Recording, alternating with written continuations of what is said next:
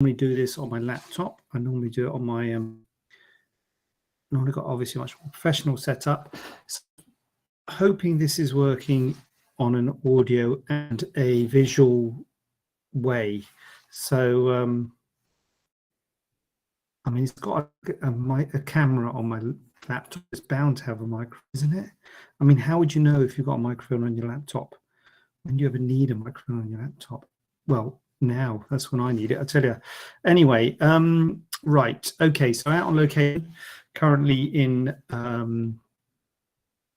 my suite in the Premier Inn in Liverpool. It's the #1 apparently. No, so I want the best. So it is the Premier Inn apparently. Top floor, not messing about. I said I want penthouse. So yeah, got a nice view of the car park here. And yeah, I'm gonna go straight to the minibar after this Q&A. Not sure where the minibar is, but I'm sure clearly they must have one somewhere. I'm gonna kick back, relax, take my car keys out of my pocket. There you go. I think that's comfortable. Right, yes, on location, operating on Tuesday. I normally do operate on Tuesday. I always used to operate on Tuesday, actually, back in the day when I used to operate at the Priory, but just been doing Tuesday mornings recently, but we're doing an all-day Tuesday today, which is nice. So so I'm here, not at home. So if you've got any questions, oh, Khan's here. Hello, Khan. Nice to see you. How can I say, is my audio working? I think it probably is on Instagram, but I'm not sure about Facebook. Is the audio working? You hear me on? Yeah, I'll just assume you can. Okay. Right. Let's come on. Stop messing. Let's get this done, shall we? Because he's late, isn't he? He's 7:30. I have to go nip into co-op. Sorry about that. Get a meal deal on the way home. Snap up dinner waiting for me shortly. Oh God, yes, audio is working. Oh my God, on Facebook. Yes, it's fine. What the heck? It's working on Facebook. Nikki, good to see you. Excellent. Right then. So, hi Corinne, nice to see you. The Premier Inn. Yeah, Kelsey, it's not the Premier. I don't think it's the Premier Inn you're thinking of, Kelsey. I think it's probably it might look similar, but this is a much more upmark. I don't go to a normal Premier Inn, obviously. Lighting's a bit dodgy. No, it is probably the one you went to, Kelsey. Yeah, it's probably the same one. Yeah, guilty as charged. Now, Sammy Clicks has asked to be in my live video. I'm assuming that's a misclick. It's normally a misclick when people do that, so I'm gonna gloss over it and I'm going to ignore it. But if you do want to be on a live video with me, then I can say yes, and I'll be in your living room, Sammy Clicks. So just say you want to be in a live video and we can give it a go. God help us. God knows what you're going to say.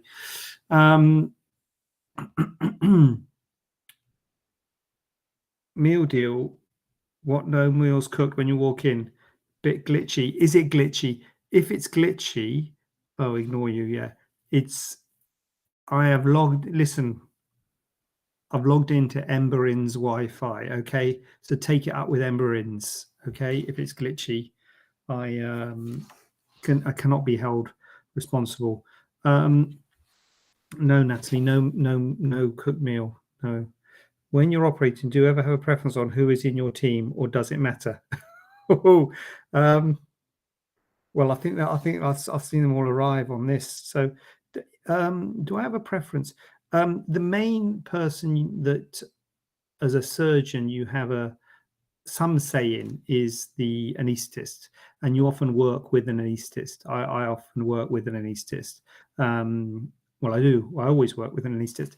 And when I was doing lists in Birmingham, I worked with a particular anaesthetist. I worked at 2 hospitals at Priory and Parkway, and the one I worked with mostly was the one I worked with in the NHS. So you get a good rapport with the anaesthetist, and so that's where you have you do have a preference. Since I've been coming to Wiston, the anaesthetist has been a local anaesthetist, which is probably better because they know the area, and there's a small team, so and you get to know them. In terms of the operating team, I find some surgeons do have an operating team and have people they work with. But generally what happens if you work in the same hospital regularly, you work with the same sort of people, so you get to know who the people are.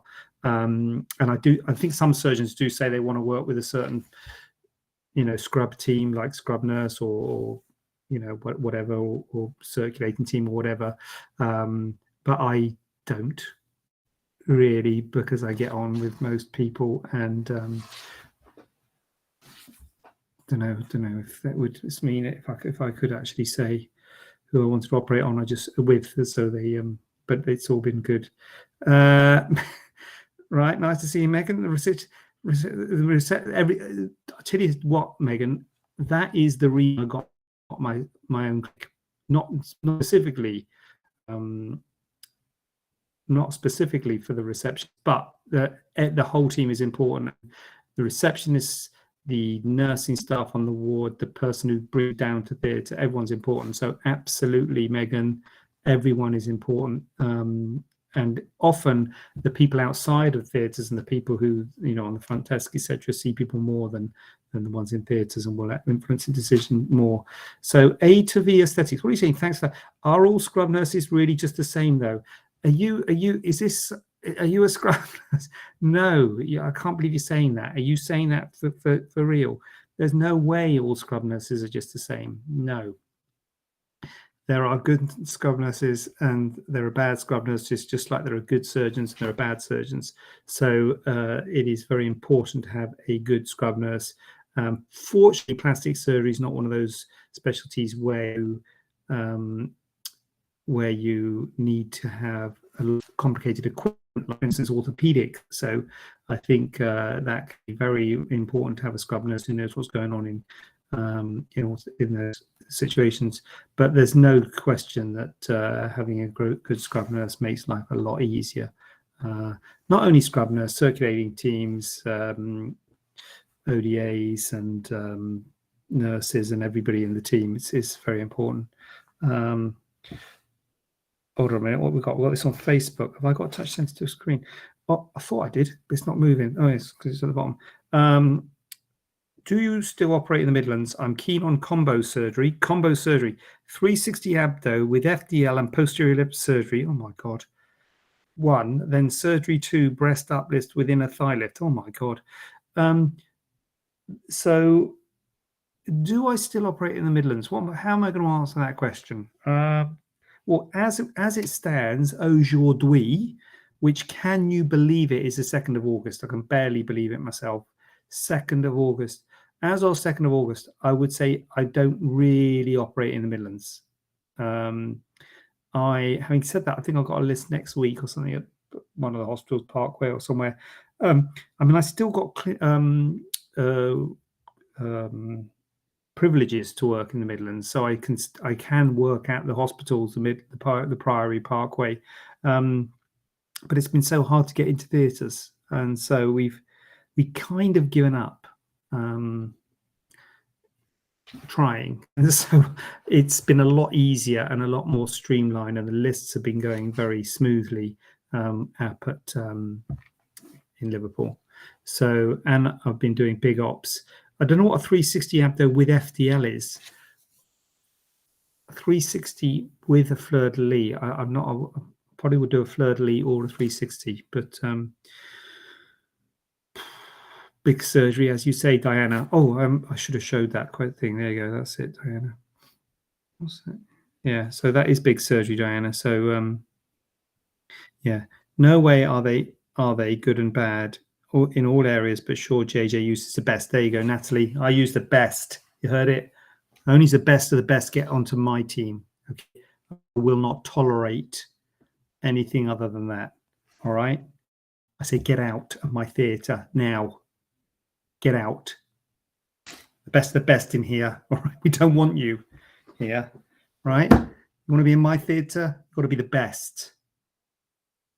That's how it rolls in the Staiano theatre. Not really. No, it doesn't really roll like that. But In my mind, it does. How do I know if I would benefit from an augmentation or and an augmentation as well? Still undecided. I really don't want the scarring. Good question there, Clicks. So the way you know, well, basically, Sammy Clicks, let's get to basics here. On a basic level, breast implants make your breast bigger. A lift makes the shape better. So the question is it the shape? Is it the size? If it's just the shape, if they sag, they're droopy, but the size is okay. You wear a C cup, you wear a D cup, you wear an E cup, whatever cup you wear. If you're happy wearing that cup and it's just a shape, then it is a lift that would do the trick.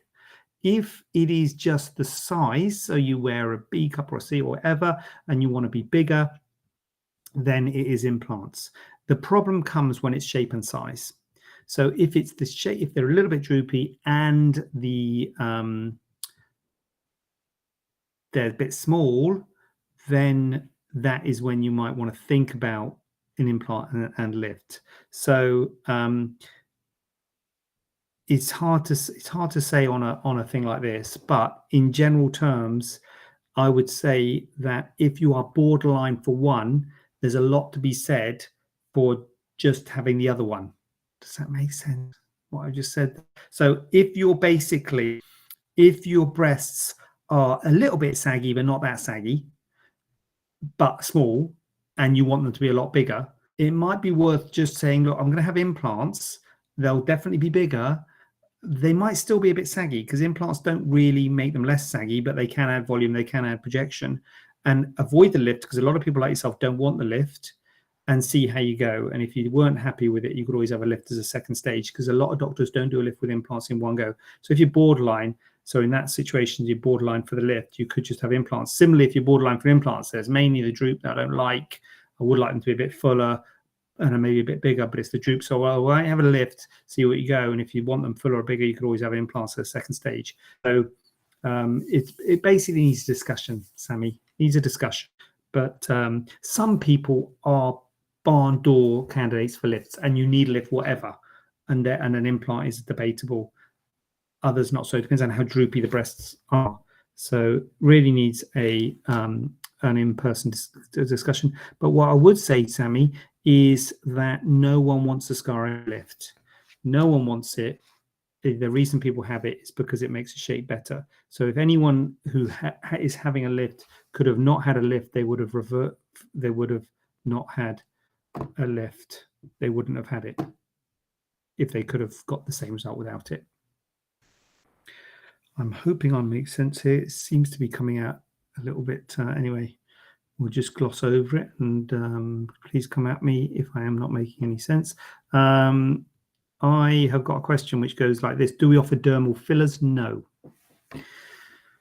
Again, as of 2nd of August, things might change. I might change and become some kind of cosmetic clinic which does all that stuff. We've dabbled with it. I'll be honest with you. We have dabbled with it, full disclosure. The stuff costs a fortune. The fillers cost a fortune, or at least the decent ones cost a fortune. There's loads of people doing non-decent ones which don't cost a fortune, and they're charging a lot less. So it makes it very difficult.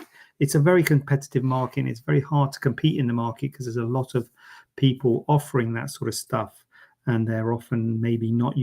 Dermal fillers is a completely unregulated market. You can get them off eBay or, well, I don't know, maybe I shouldn't name trademarks. You can get them off auction, off online auction sites. You can get them off anywhere. So we haven't. Is it a bit dark? Do I need to do something with the light in here anyway?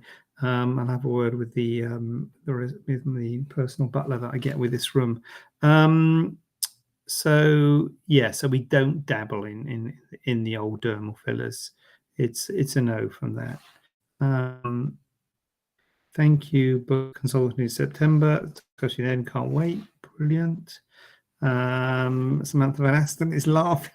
What are you laughing at? This is middle grade content. This is. Hold on. Facebook's doing stuff. Do you operate? No, in all areas. But you've done that. I've been advised both. You've been advised both a 360 and a fleur-de-lis. Okay, that's the thing about this stuff, Diana. Everyone's got certain different views on it, and someone might do a 360 with a fleur-de-lis. You know, yeah, okay. I've lost 9 stone. Look at you. Well done, you, Diana. Round of applause for Diana, please. Raj Raghawansi in the house. Big up yourself, Raj. How you doing? One social media influencer to another. Coming to see how it's done. Well, this is how it's done, my friend. All right. This is how the pros do it, Raj. This is how the pros do it. All right. Kimberly Owen. Long no see, Kimberly. God, blast from the past. Where are you? Where you been? Where's you been? Personal butler. Yeah, I think they did say I got one when I booked. I did get that. I did tick that box on that. Was the that was a £69.50 option. I'm sure it had a personal butler with it. I might be wrong. Can you do a scar revision on a small on the forehead? I'm assuming it's small scar on the forehead. Kimberly Janice, good question. Can you do a scar revision on a small scar on the forehead? Scar revision, Kimberly Janice, is one of those things which is a little bit misinterpreted, I think, from the public in terms of what plastic surgeons can do, because all any surgeon can do is give you a scar. So if you've got a scar on your forehead you don't like and you have a scar revision, the question would be, what's the problem with the scar? Can I make the scar better? That's the question. If I can make the scar better, maybe, but if it's just you don't like the scar, well then no, because if I'm going to do anything to the scar, I'll probably end up giving you a bigger scar, because I'll cut out your scar, give you a new scar, and it'll be bigger. So only if you've got a specific problem with the scar. Specific problems being lumpy, dented in, tethered maybe, but they're difficult to treat, tethered ones. I've had varied success, to be fair, on tethered ones. They often end up tethered still, even when you try and untether them. It's quite hard to do. If they're not in the right line, so we have actual lines we put scars in, and if they're going across those lines, we can try and break them up. So there are certain things we might be able to do, but getting rid of the scar is no, but changing it is a possibility. So in answer to your question, Kimberly, maybe is the answer to that. That's Kimberly. Kimberly Owen has been working. I'm assuming working. You've written whirl, unless whirling's a thing. Is that what you've been up to? You've been whirling? I assume it's working. Oh, here we go. Been working. It is working. Thought as much. Bev is in the house. Good to see you, Bev. Another one, huh? Bev, you used to work with Bev many back in the day. Bev, back in the day. Hey, you still there? You still socking it to the man? Yeah, yeah. Same. Okay. What we got? Okay, here we go. Treatment. Do we offer treatment for hemangioma? Is it me or does it keep going dark? Instagram. This is a phone. The phone is doing it much better than the computer, in my view. You're welcome, Lee Janice. The computers. Anyway, so do we offer treatment for hemangioma? Well, yes. I'm sure someone asked something about vascular malformations yesterday. So hemangioma can cover a multitude of sins. A hemangioma is a vascular anomaly. It's an abnormal collection of blood vessels. Often hemangiomas, or true hemangiomas, will get better on their own. They will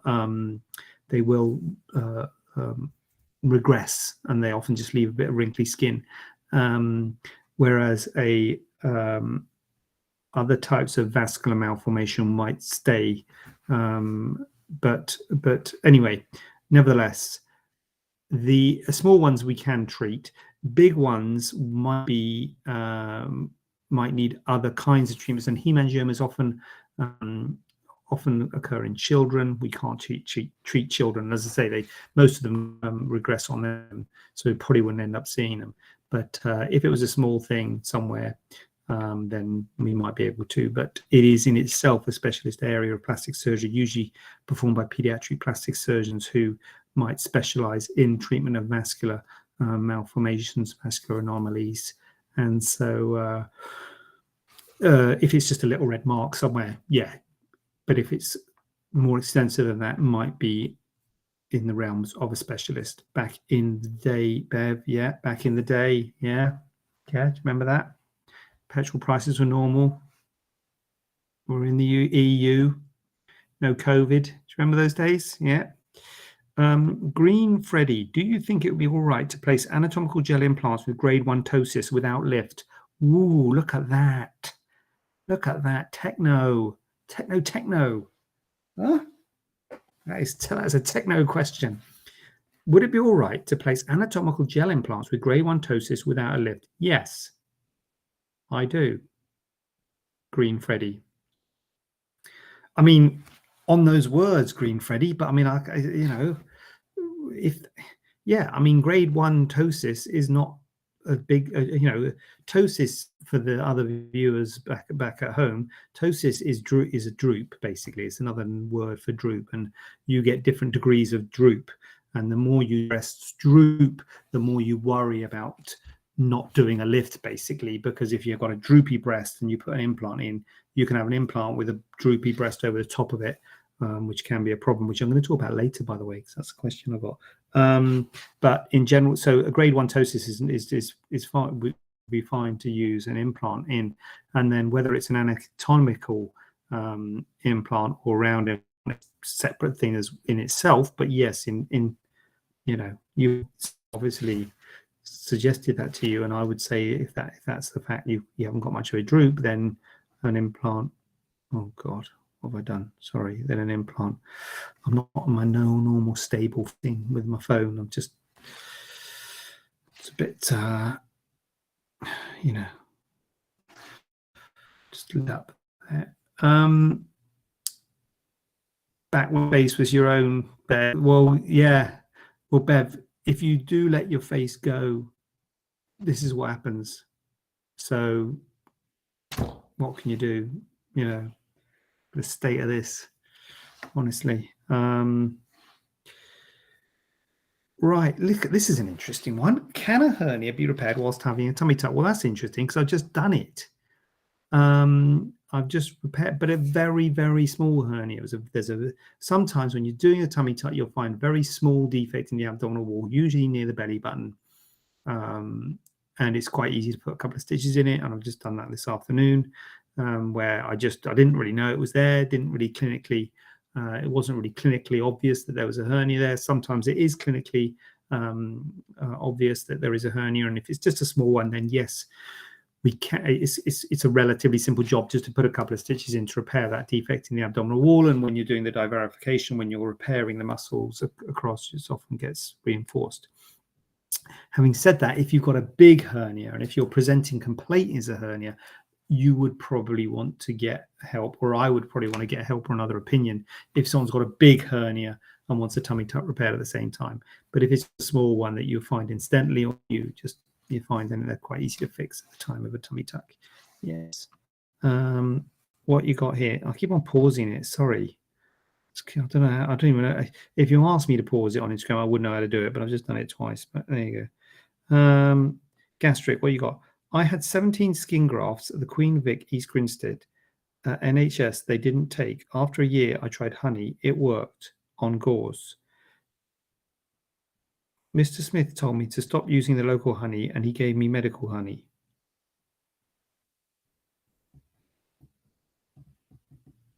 Okay, Gastric, fantastic. Massive fan of the honey. I've got to be honest with you, Gastric. I'm a big fan. Well, I say I'm a big fan of the honey. I was a big fan of the honey in the NHS when I treated chronic wounds. Yeah, honey is really good dressing. Really good dressing. Fortunately, don't have much problem with wounds at the moment. But yes, honey is good. I think that's worth. I think that can't be highlighted enough. I say, yeah. Do you charge them for the hernia quick? Hold on a minute, Greenfield. You said a quick fix. No quick fix about it. Hernia, yeah. No, Green Freddy. Should I charge? I'll go and let her know. Sorry, love. It's going to cost you an extra tenner because I repaired your hernia. No, don't charge them extra for the hernia. It's all part of the service. Same with the muscle repair. All part of the service. It's an integral part of the op, as far as I'm concerned. So yeah, didn't and wouldn't charge. Now this is a question I used to get a lot back in the day. I haven't got it so often, but well, you said only 2 stitches. You're sweet. Yeah, thank you. Well, it was only 2 stitches. Do we offer the Brazilian tummy tuck? I don't know where this has come from, this Brazilian tummy tuck. I'll be honest with you. And I think it seems to have come more from patients than it has from the medical fraternity, unless I've not gone to the right meetings. But I haven't really seen many people talking about it in the plastic surgery world. But it definitely seems to be a lot of patients talking about it. So, and this is going back now because I did a blog post about it. That's right. I did a blog post about it. And the blog post I did about it was called, what was it called? It was called something like, I can't remember what it's called. But anyway, I think, was it something like why I don't do the tummy tuck or what? And then lowly, would I do a Brazilian tummy tuck, even though the blog post was called that? I might be wrong because I don't think the blog post was called that. But anyway, I think I've got that wrong. Anyway, I can't remember. There's a blog post on my website. Go and look at it. Google Brazilian tummy tuck Staiano. In fact, I'm going to do that now. Anyway, so Brazilian tummy tuck. Hoping the Emberim's Wi-Fi will stretch to this. 2 pages on. What was it called? Here we go. Brazilian tummy tuck. So the Brazilian tummy tuck versus standard tummy tuck. Is that what it's called? I thought it was called something else. Oh. Okay. Blog post is called Brazilian tummy tuck. Oh, well. Yeah, I was wrong about that. Anyway, so the answer is I don't specifically do what a Brazilian tummy tuck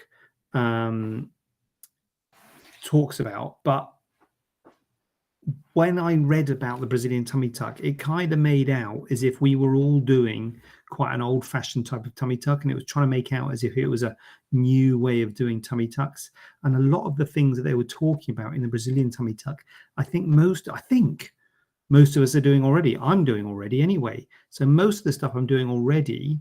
So I'm not sure why someone's decided to call it a Brazilian tummy tuck, because I'm like, well, most of it is what we're doing already. So the kind of things they're talking about is they're saying you don't do wide undermining, you undermine centrally in order to repair the muscles. Standard, been doing that for years. Now you don't use drains. That was one thing that they talked about. I do use drains, so in that respect, so I can't say I do a Brazilian tummy tuck because I do use drains, and they spoke about not using drains. And again, I've done a blog post about why I use drains. I think they're better, particularly in terms of seroma. But I do use drains, but I understand a lot of people don't use drains, and it may be that we'll be moving away from drains. But at the moment, drains are being used. And the other thing that they did was they did liposuction of the upper abdomen, which I don't do, which I know a lot of plastic surgeons are doing, are saying it's safe. The reason I don't do it is because there is a worry that you're going to interrupt the blood supply of the skin. And if you interrupt the blood supply of the skin when you close it, you might get a problem with wound healing. So that's why I don't do liposuction to the upper abdomen. And I've got to be honest, I don't find many people need liposuction to the upper abdomen. I always say if they need it, you can always do it as a second stage. You very rarely need to do it because you're stretching the skin of the upper abdomen to pull all the way down. So you're very, unless you have massive weight loss and you've got big folds of your upper abdomen, in which case you might need to address it at a later date. But I don't do that. So I don't do the liposuction of the upper abdomen. I don't do the lack of drain. I use drains. So yeah, I just do this. So the central undermining. I can't remember what else was involved with the Brazilian tummy tuck. So I guess I can't say I do a Brazilian tummy tuck. If you want to have no drains and you want to have liposuction of upper abdomen, then yeah, no. But if you want to have the other things, then yeah, which is basically a tummy tuck. So I don't think it's that much different to a normal tummy tuck. Personally, I think a lot of this stuff is getting a glimpse of the suite there. A lot of this stuff is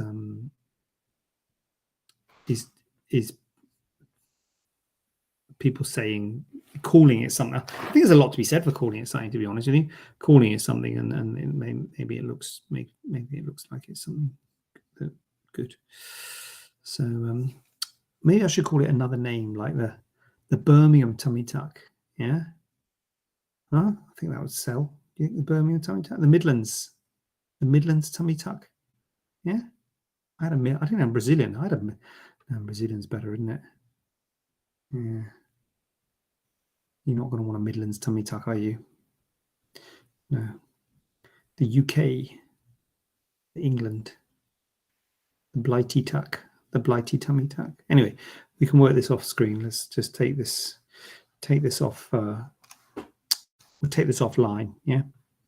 Marketing, Freddie, you said it, not me.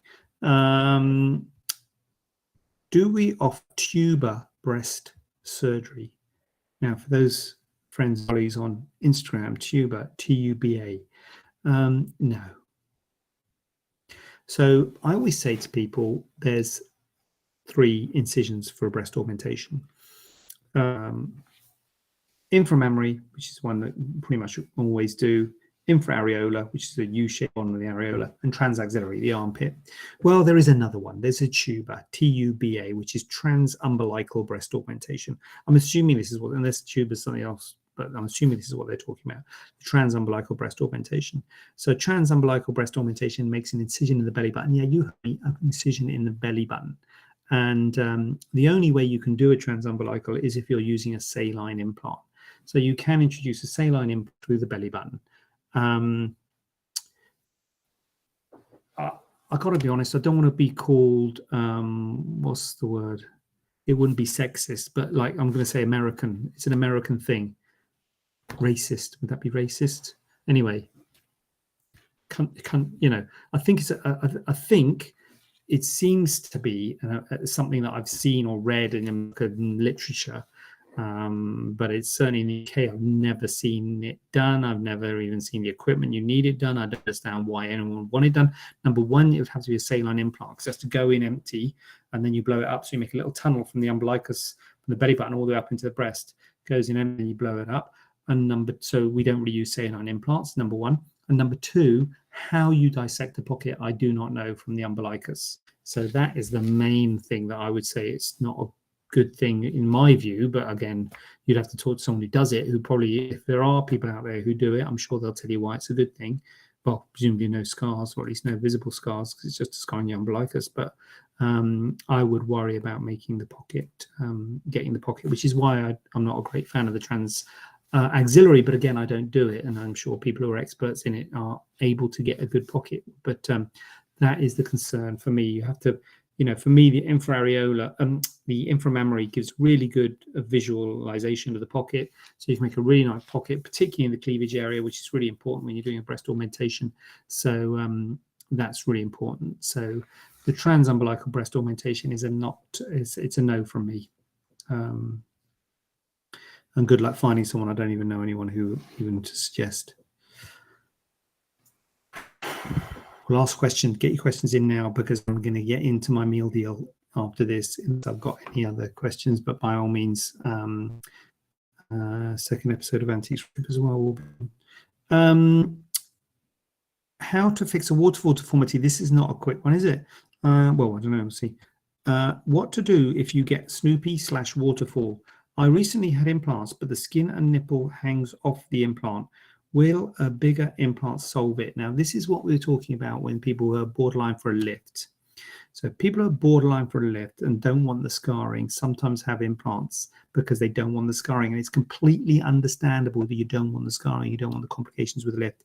The problem is if you don't have a lift, the risk is that you have the implants and the breasts, your natural breasts, fall off the implants and give you this look in the lower pole where you have an implant and then you have your old inframammary fold and then a ghost of your old inframammary fold or a memory of your old inframammary fold, and it just doesn't good.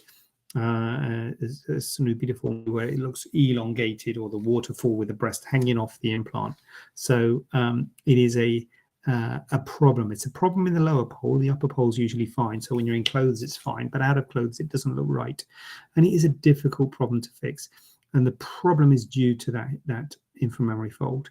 So it depends on how bad it is. If it's not that bad, you could, and sometimes when I have a patient who is in this category with this inframammary folding, you have to lower the fold in order to put the implant in.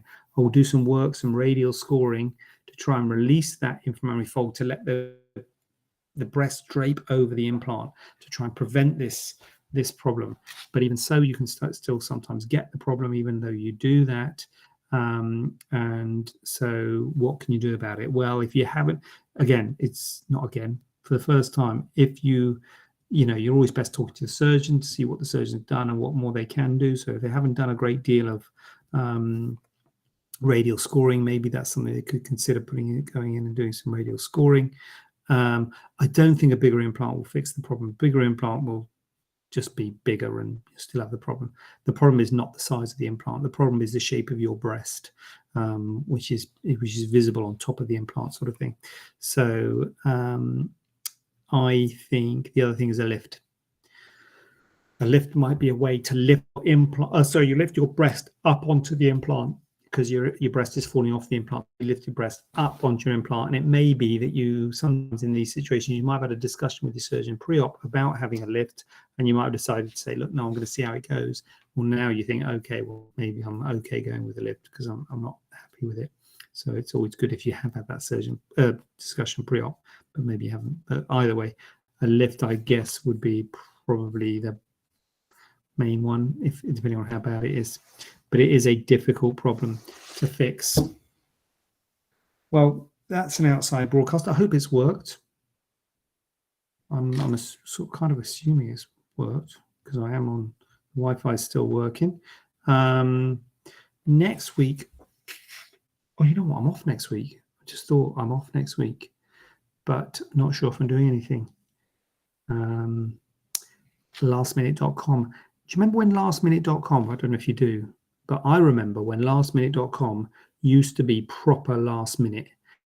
Like, you were going away next week. Now you go, well, I don't even know if it still exists, but if it does still exist, you say Lastminute.com. First of all, it says, where do you want to go? You feel like saying, well, I'm doing it last minute, so I don't care. Don't ask me where I want to go, number one. So this is feedback for the last minute people. And number two, they show you stuff in a month's time. I'm like, that's not last minute. I'm last minute, all right? I'm going to start looking for something to do next week on Friday, because that's how I roll. So so I don't know whether we're doing anything next week. So I might be doing something next week in terms of going away or holiday or something, or not. I don't know. Hold on a minute. Laura Jane has come in. Green Freddy has come in. It's a last-minute flurry of activity. So Green Freddy, that was great. Thank you so much, Doctor. Thank you, Green Freddy, for participating. Laura Jane has said, is it safe to have a tummy tuck and thigh lift at the same time, please? Yes, Laura Jane, it is safe. It is quite a big thing, though. I mean, a tummy tuck's quite a big thing. A thigh lift's quite a big thing. So it's quite a lot to go through. But it is, oh, I've got a question on Instagram. It is possible. So the answer is yes, but it is quite a big deal. So it's something you need a discussion with.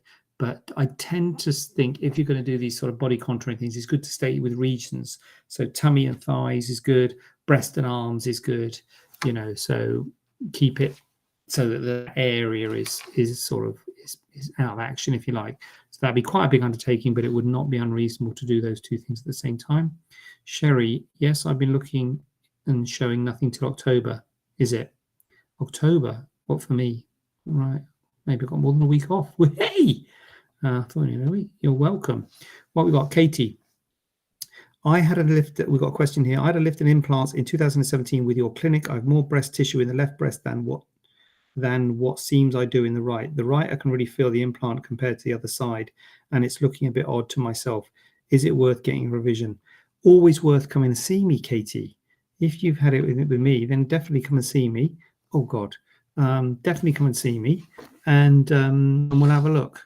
So is it worth having a revision? Always hard to answer that question. Is it worth having a revision? Because it's up to the patient. In terms of asymmetries, I always say there's always going to be some degree of asymmetry. Depends on how the asymmetry is as to whether it's worth doing anything about it. Difficult to correct an asymmetry because often the implants come sort of like 340, 360, 380. So you might have a 360 and then you might, I don't know what you got, but let's just say you got a 360. So, maybe a 380 is going to be too big. Maybe you needed a 360 or something. That's probably too close, that 20 mils. Maybe I should have had 340 to 380 and you needed a 62 sort of thing. And they don't make a 362, so you have to so often there's some degree of asymmetry. So basically, you're always welcome back. So we'll have a look. see, or send us a photo if you want, and we can give you your opinion to see if what's an option, and B, whether you think it's worth undertaking, going down that road. So I always say minimize the amount of operations you have to your breast. So you have to have a sort of reasonably good reason to have surgery. You don't really want to have too many ops, because every time you do surgery, you're creating scar tissue. Depends on what we're talking about. If we're talking about a minor thing, then fair enough. But if we're talking about things where we're going to be manipulating the implants, every time you do that, you're introducing scar tissue. So you've got to think about it. But the answer is get in touch, and we'll see. We'll have a proper talk about it. Abigail, what you got? Typically, how long is required for time off work after a tummy tuck? I work at desk all day. So Abigail, the main thing is often people have to drive to work. So the first week you're not going to feel like doing much. Second week you'll be feeling better, and you will be perhaps doing emails at home the second week. In terms of driving, minimum is 2 weeks. If you work for someone and you have to go to work, I would say 3 weeks is safer. So you might be able to drive 2 weeks, but you might still feel a bit uncomfortable. It's quite a big op, a tummy tuck. So I'd say 3 weeks for driving and for sort of getting back into stuff, and about 6 weeks before you do anything too heavy. So if you are lifting heavy boxes and stuff like that. So usually I can give you a sick note. We normally say 3 weeks off, 3 weeks followed by 3 weeks light duties, that sort of thing. But if you're on light duties anyway, it might be just 3 weeks off. But as I say, if you can work from home after a couple of weeks, you might feel like you're doing a bits and bobs from home. So I hope that's been helpful. So without further ado, I don't know if I'm here next week. Don't know if I was going to be here this week, but I was. Who knows? So I might be here next week. Definitely the week after. Can't believe I've got more than a week off. I just can't believe that. So I think it's only a week. Thank you, Abigail. Thank you for asking. So I'll definitely see you the week after next. Might see you next week if I haven't arranged any last minute vacations. And hope you're well. I hope you have a good evening. And so on that note, I will get my butler to sort out my sandwich. I bid you farewell. Stop the stream.